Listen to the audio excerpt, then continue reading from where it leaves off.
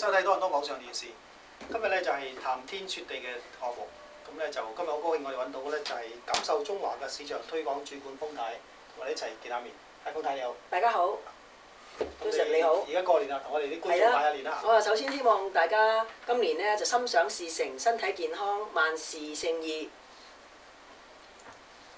咁你個人有啲咩願望啊？你自己係？我自己覺得咧，呢個願望咧就係希望個個都可以大家喺呢個年代喺9年裏邊咧就事事亨通啦。咁我自己個人就希望大家能夠喺呢個房地產方面能夠有投資，咁啊有好好嘅回報。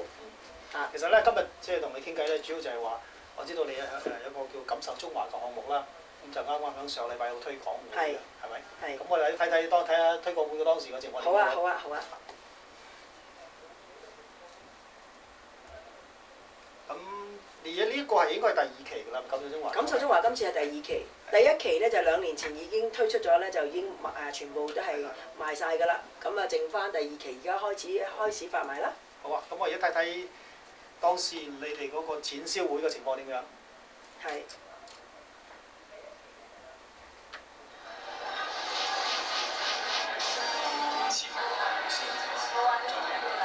氣派不凡。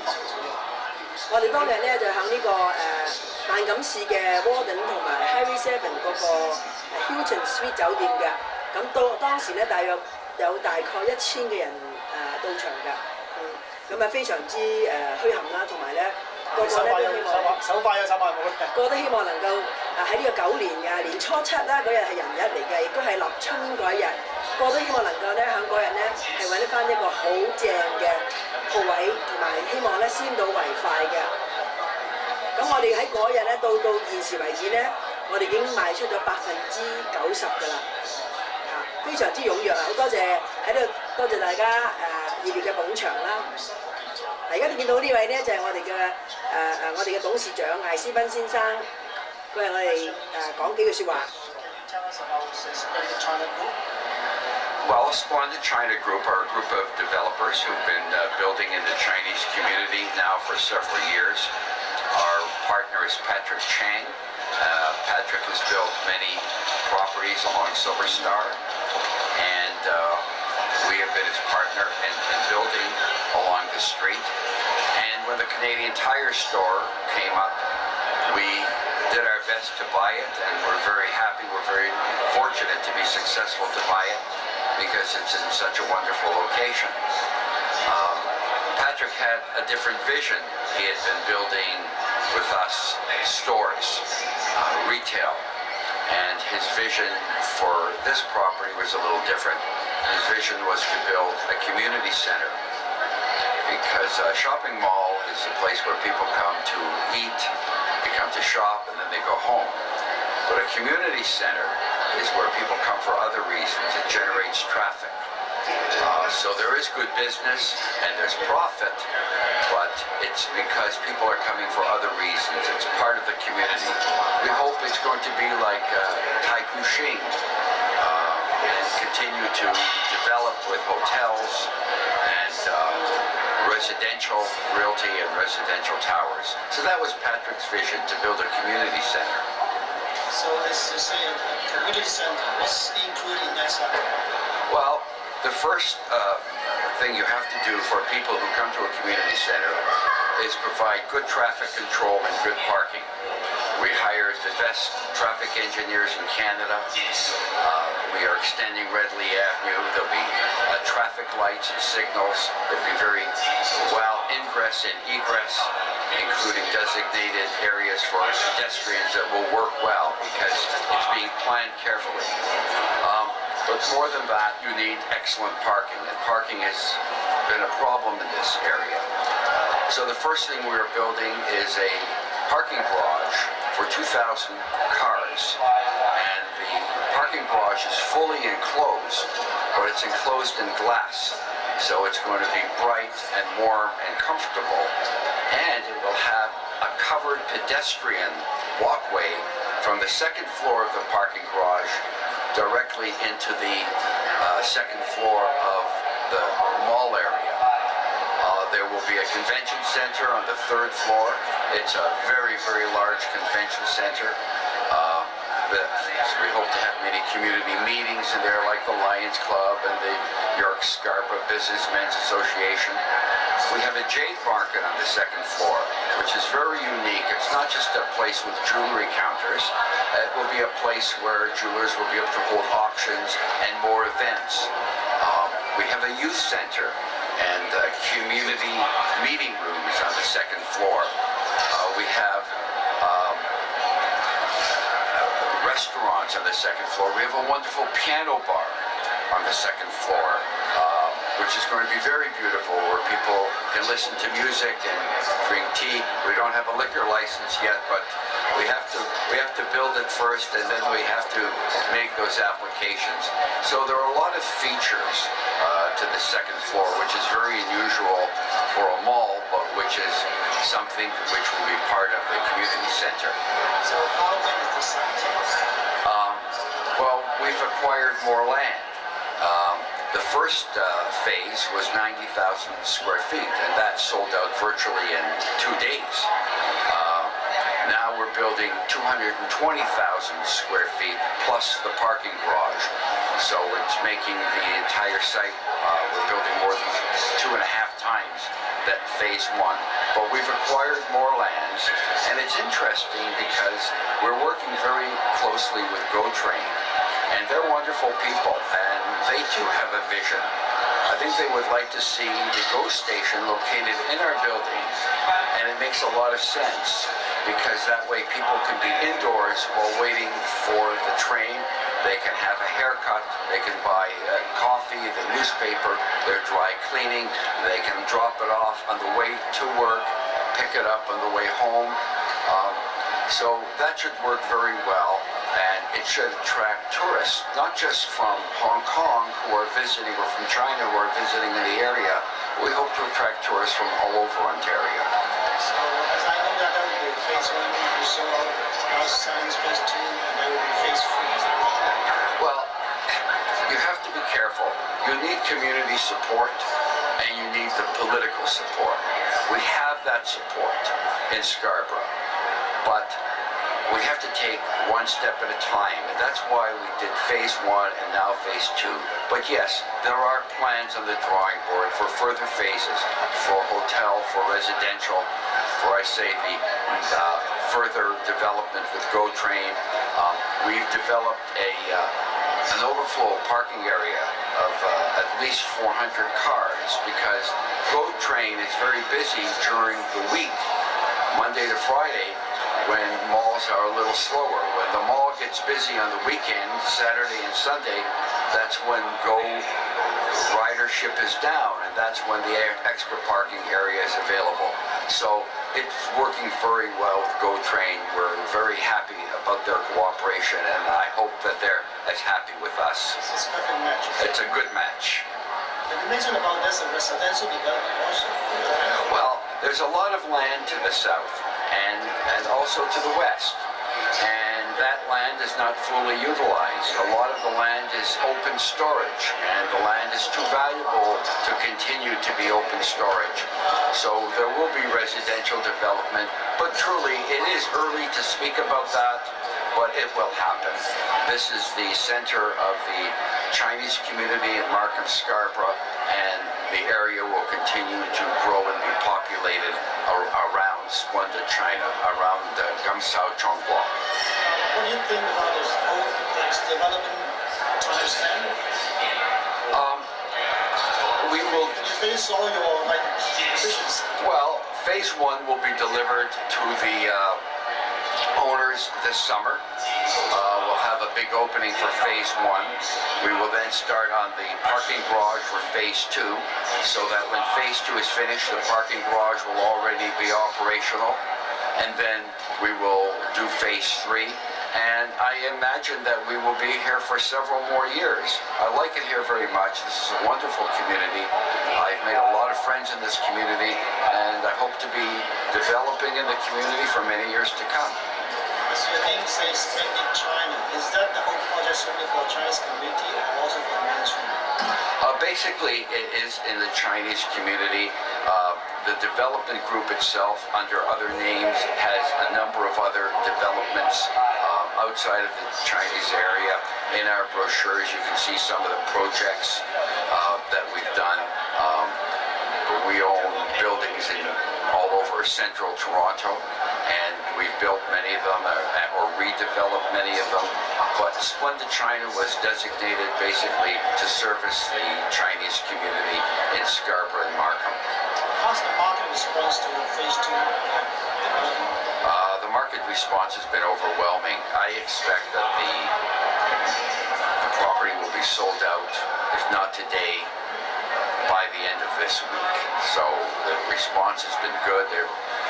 We announced that we would open at 12 o'clock and festivities begin at 1. Today's Saturday, people were lined up at 10 a.m. and they have not stopped coming. So many of them brought checks. What about the market saturation? I know besides Splendid China, there's also expansion for Thai Pacific Mall, market region, some other similar development. What's your opinion on that? Well, the area continues to grow. The area is being driven by immigration, and I hope that this summer China gives Canada a favored trading status, and I expect that the population will continue to grow, and the Chinese community here will continue to expand. Now there will be an East Indian community and others that will continue to build plazas and expand, and that's competition and growth, and I think that's a good thing. Thank you, Mr. Speaker. Good luck to your project. Thank you very much.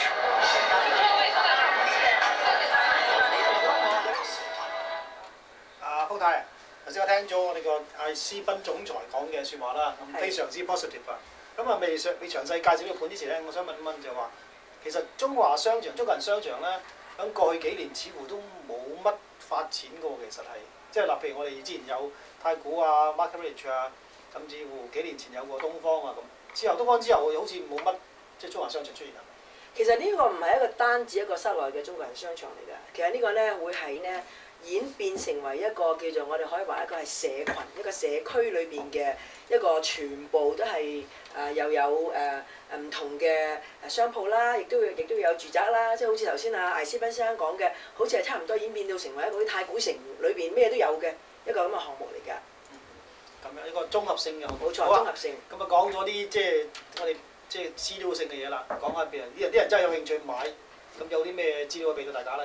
如果你有興趣買嘅咧，就請你咧就仲未買嘅話咧，我哋已經買咗90%啦嚇。如果仲未買嘅話咧，我哋仲有啲單位推出嘅，咁就請你嚟到我哋嘅發展商所指定嘅地產公司，就係國際地產咧，就係響38號 Miller 嗰度，咁佢哋咧就會有晒所有嘅圖片指示俾你睇啊，咁咧就帶埋啲支票嚟，好似頭先艾斯賓先生話咧，帶埋支票嚟，咁手快有手快冇啦。咁就變咗就我哋有分4期嘅支票俾錢方法嘅，第一期咧就要係 offer 嘅時候咧就要俾10%1成啦，咁跟住咧60日之後咧亦都要再俾多1成，跟住180日之後咧半年咧再俾多5% 5% 啊，咁再咧我哋交吉咧，我哋希望係能夠咧交到俾你嘅鋪位咧就係2008年嘅3月，到時咧你再俾多1成。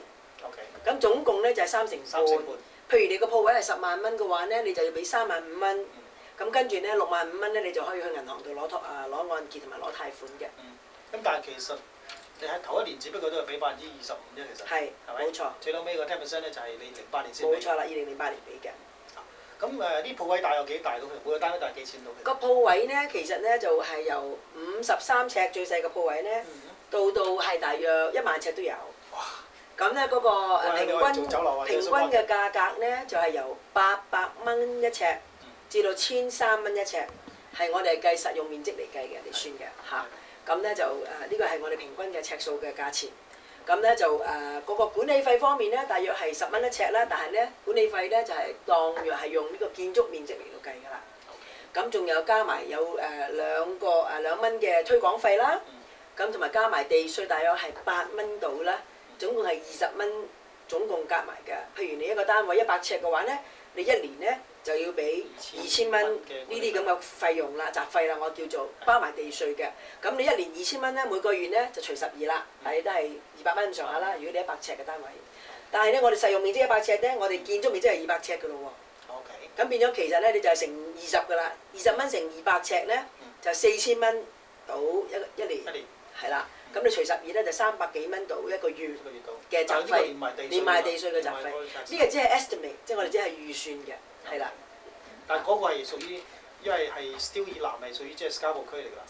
冇錯，屬於多倫多區嘅，係啦，冇錯。但係你打電話，你又唔使打長途電話喎，你打去 Mississauga，打去其他嘅地方，你唔需要撥長途電話。所以咧，如果就係俾啲商業嘅客戶咧，係有呢一個好處嘅，除咗個位置好之外。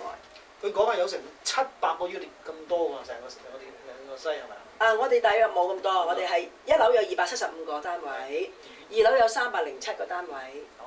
咁咧3樓咧，我哋就係有個會展中心啦，就可以擺150圍嘅，150席，1000即係1500人嘅咁上下。咁3樓亦都有6間餐室、酒樓嘅。咁總共咧，我哋即係大約係600個單位咁上下啫。嗱，咁反應咁好啦，咁而家大部分係啲係投資者定係自用家咧？其實而家暫時嚟講。嗱，其實一個商場室內嘅商場成功唔成功咧，就睇下裏邊嗰啲我哋叫 tenant mix， 即係裏邊嗰個用家同埋投資多唔多啦。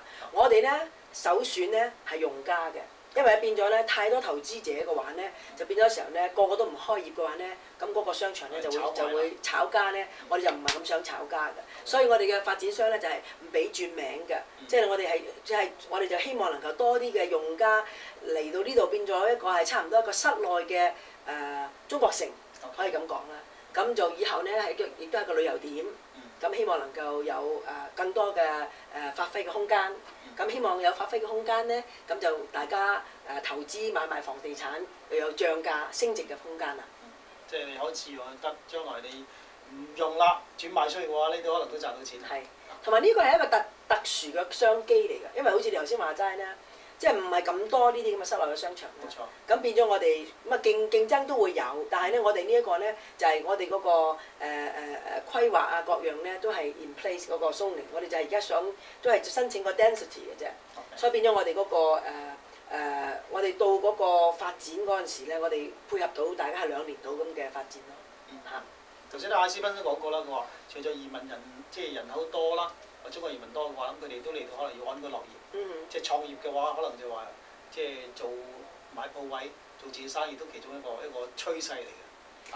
其實我發覺好多我哋尤其係國內嚟嘅新移民咧，佢哋而家係安居咗啦，咁即係嚟到有少少穩定咗少少咧，好多都係想最近都好想有少少嘅投資啊，嚇做下小生意啊，或者希望買下鋪位啊咁樣樣嘅。咁嗱，頭先講咗啦，即係買9成啦，要買趁手啦。咁仲有乜其他特點係可以同大家講下啦？譬如話，即係 mortgage 方面嘅話，有邊啲銀行做啊？咁佢哋又即係對於新移民有時覺得，喂，我哋嗰個 credit rating 會唔會審查比較困難啲咁樣？嗱，呢講 mortgage 嗰啲，我諗咧就係比較銀行家比較專業啲咁多啦。但係如果你話係有5成嘅首期嘅話咧，多數嘅銀行都會接受你㗎。咁因為5成有保障啦。咁如果你話係你最高係按6成半咁樣樣咧嘅話咧，就要睇下你嘅入息啦，亦都睇下你有冇，譬如你係租出嚟你投資嘅，你睇下個租客方面、交租方面點樣樣啦。咁變咗咧各樣方面咧，我哋有幾間銀行咧都係會幫你嘅。咁如果你係有興趣買嘅話咧，就請你帶埋支票嚟到我哋咧個銷售處咧，我哋就會幫助大家㗎。咁我有個熱線電話嘅，個熱線電話咧就係416-939-8833 416-939-8833。嗱，頭先講過啦，就話即係最平嘅單位係幾錢個咧？最平嘅單位咧就係39,750蚊。呢個係53尺嘅個實用面積。即係4萬蚊都唔使。冇錯。你就可以做為一個商鋪業主啦。冇錯啦，即係我哋就點咧？我哋每一個單位咧都係好細咁樣嚟做嘅。咁變咗咧就可以話齋咧，可以咧就係豐儉由人。即係如果你用我大啲嘅話咧，你就可以買2個打通。你再大啲嘅買3個，有啲咧就買4個，一個田字咁樣樣咧，咁變咗佢以後咧就可以多啲地方啦。咁我哋咧平均啲單位咧都係100零尺一個啦，實用面積啦。咁變咗你哋大家都可以豐儉由人，可以不同行業都做不同嘅行業都得啦。咁另外個地段其實都係黃金地段嚟喎，響 Kennedy 同埋 Steele 啊。冇錯。係啦。個地段咧非常之好，同埋咧我哋發展商亦都起一條路啦 ，Redly 啊，我哋發展商起一條路，咁咧一路都以後咧就會一路落到去 Passmore 㗎。咁變咗我哋就向南發展咧，咁就仲有一個發展嘅空間咯，即係唔使話逼埋一邊。其實我哋用咗好多個錢咧，就係用一個差唔多係一個交通嘅報告嘅，個 traffic study 係好緊要㗎。咁停車泊車方面咧，我哋亦都同呢個 GO Train 嘅輕鐵嘅地鐵站咧，嚟到有一個大家一齊嘅共識咧，就一齊希望能夠發展到呢個咧係一個雙贏嘅一個嘅計劃嚟嘅嚇。咁大家都會一個好好嘅一個合作嘅即係其實因為如果你有車站嘅話，你嘅人流會帶咗嚟，咁對於商鋪嚟講嗰個即係做生意機會亦都大咗嘅。冇錯啦，其實每一個商機咧都係要天時地利人和咯。咁我哋如果大家有咁嘅共識，而且有第三者嘅個 party 同我哋有大家一齊有乜遠景、有乜遠見咧，去發展一個項目咧，我覺得成功機會係非常之高嘅。根據以往經驗咧，就話即係同車站連結嘅物業啊，無論係 residential 或者 commercial 好咧，都係好大嘅商機。譬如你睇下，即係啱街地鐵沿線，冇錯 ，Shopping 係嘛 ，Fringe 甚至乎 Eglinton， 哇幾旺啊，係嘛？即係交通係帶嚟咗人流。冇錯，都帶到商機嚇。係啦。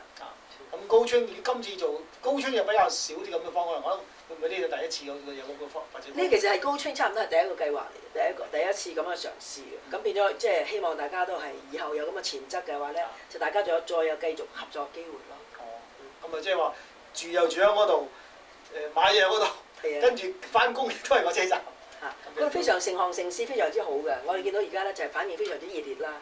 咁變咗就我哋買呢啲咁嘅商業樓花嘅咧，我哋就政府有個法案係規定咧係有10日嘅冷靜期嘅。咁呢10日嘅冷靜期咧就唔係俾你冷靜下考唔考慮買嘅，而係呢10日嘅冷靜期咧係俾你攞我哋一本叫做 Condominium Document 個 Declaration 一本書咧係有200幾頁嘅書咧，同埋嗰個合約咧買賣合約咧係俾你嘅律師去睇嘅。咁了解晒呢一個所有我哋叫做一個共管形式嘅物業咧，裏邊所有嘅配合嘅嘢，咁你買咗之後咧10日之內咧你就會先作實嘅。咁變咗有呢一個保障啦。咁同埋我哋嗰個訂金咧亦都有保障嘅。我哋係第一個發展商咧係點樣咧？將個訂金俾喺一個第三者嘅信託人。去信託委託呢個訂金訂金，咁呢個 designated trustee 咧，我哋叫咧就係咧同我哋全冇關係嘅。有好多發展商咧都係揾佢哋自己律師做啦，我哋係揾一個全部都係唔同我哋冇關係嘅，就變咗咧有啲咩事起上嚟咧，我哋要動用，如果發展商要動用嗰筆訂金咧，係要買到現疏、買到保險，證明有保障，咁我哋先至可以動用嗰筆錢嘅。咁所以呢一個咧係我哋第一個發展商係可以咁樣做，因為我哋希望大家有信心，對於即係我哋消費者咧覺得係有一個保障咯。因為我以往商業樓宇嚟講，或者商鋪係冇呢種保障。係啦。咁我哋希望能夠俾大家法律亦都唔規定話商業嘅要配合呢個。有啦，而家個 Condominium Act 咧，嗰個共管 partment 嘅法案咧係已經係有保障㗎啦，係2萬蚊訂金係保障嘅。咁如果超過2萬蚊咧，佢就要求我哋有擺保險咯。即係如果個發展商想動用嗰筆錢去買地又好，去發展，去建築，即係要嚟做建築嘅費用咧，佢就一定要買到保險，同埋咧呢位信託人要滿足呢位信託人，咁所以先至可以動用嗰筆錢。即係話而家個 condominium 已經係 apply 咗，即係保險我哋要 apply 埋 residential 同 commercial。冇錯啦，同埋咧嗰啲保險公司咧都唔係亂咁樣去批呢種嘅保險㗎。咁咧保險公司亦都係有風險㗎嘛，係咪先？咁保險公司咧就會多數咧基於佢嗰個項目咧，究竟佢而家到邊一個地步？譬如有啲地咧，佢哋連水連電都冇嘅，咁個項目成功嘅機會咧就要慢慢啦，要耐啲咁多啦。咁咧嗰個保險公司咧就會用呢啲嚟到計佢風險啦，咁佢先放唔放款咯。就所以呢個係一個好，即係我哋消費者咧係一個非常之好嘅保障嘅，其實。睇翻商場發展趨勢啦，會唔會最近有啲係即係有大食大嗰種趨勢咧？就話啲商場越起越大，而嗰個即租戶都越嚟越多嘅。咁相對地，以往一啲舊式啲，譬如話 Long Shop 嗰啲舊式嘅中國人商場開始有式微咧，其實。其實每一樣嘢都係有新嘅作風啊，亦都有新嘅。就算我哋而家喺度發展趨勢，我都咩都有新嘅。咁其實會唔會係淘汰咧？我覺得就唔會嘅。咁譬如好多時候有唔同嘅族裔，亦都會搬入個社區啊。咁好多時候亦都係而家多倫多越嚟越大啦，發展得咁，我覺得咧就有其他嘅冇錯啦，有其他嘅社區會或者補上啦。咁我覺得亦都係一個我哋經濟嘅發展得非常之好啦，多倫多呢個城市嚟講。OK。咁嗱，頭先你講過呢個係純中國人嘅商場啦。係。咁其實佢個顧客對象群係咪淨係中國人定係連主流都有咧？其實呢個係差唔多，如果係旅遊點嘅話咧，我諗如果係旅遊點嘅話咧，咁去錦繡中華咁好多時候都會有其他嘅地方有啲巴士團啊，或者都會嚟都未定嘅。所以變咗咧，我諗我哋係其實我哋係配合到，希望能夠做到主流咯。咁中國人同主流一齊配合咧，同埋我哋都中國特色嘅商場。冇錯，係一個中國特色嘅商場。咁同埋咧，我哋配合到有啲年青人啊，我哋2樓有個年青一族嘅蒲點啊，新蒲點嘅，咁啊叫 Youth Centre。咁我哋希望能夠配合到一啲嘅比較年青一族嗰啲，即係中意買嘢嗰啲，即係中意卡拉 OK 啊、Go for tea 啊，或者飲下 bubble tea 啊、打下機啊、打下 billiard 啊，咁我即係配合到一啲唔同方面嘅，係啦，配合得更加多嘅多人喺裏邊，人流方面會比較多咯。我哋仲希望能夠以後咧會做一個夜市添嘅。夜市添喎。係啦，咁啊即係喺夏天嘅時候做一個夜市咧，配合到更多嘅大家有變咗多倫多啦，而家以後都會可能有一個夜生活嘅天地啦。咁希望能夠我哋能夠希望各位多多嘅支持，咁到我哋呢個項目咧都能夠變咗飛黃騰達嘅，咁大家都有雙贏啦。咁啊消費者又有雙贏業主又有贏嘅局面，而我哋呢普通嘅市民都可以有多啲嘅機會去蒲點啦，多個消費點啦，冇錯，飲茶食飯買嘢娛樂都有啦。係啦，我哋叫一站式啦嚇，而家好咩都興一站式啦，希望能夠一站式嘅到時我哋或者如果我哋再加建一啲住宅喺度啊，或者嘅condominium 住宅嘅公寓拍民單位呢，或者我哋配合到另外頭先艾斯賓先生都講嘅，我哋有計劃繼續發展嗰區嘅，我哋可以向南嘅發展嘅，咁仲有好多空間可以發展，咁希望能夠係一個非常之有潛質嘅，我覺得係一個項目。咁啊，我知豐太都帶咗啲好靚嘅 brochure上嚟啦，咁啊佢哋可以睇到入邊介紹咗好多唔同嘅資料啊，係咪嚇？最主要咧就係我哋嗰個3樓嗰個叫做我哋叫嗰個會展中心啦，我哋希望能夠尤其是特別而家好多時候我哋都唔想落去唐人街啊，咁變咗我哋咧就有可以延開150席嘅會展中心。咁譬如華裔使者啊，或者任何其他嗰啲大團體嘅獅子會啊，頭先艾斯賓先生講嗰啲活動咧，都可以喺呢度舉行，喺度舉辦。同埋我哋冚唪唥都係新型嘅呢個舞台啊各樣，我哋冚唪唥都配合到而家嘅新型嘅做法咯。劃時代嘅設計。冇錯，超時代嘅設計。好啊，咁多謝豐太嚟即係你我哋呢個節目啦，咁亦都希望呢個即係錦繡中華買完第2期，跟住推出第3期。等我哋多啲投資者或者用家啦，能夠用到呢個 facility。係，好，多謝大家。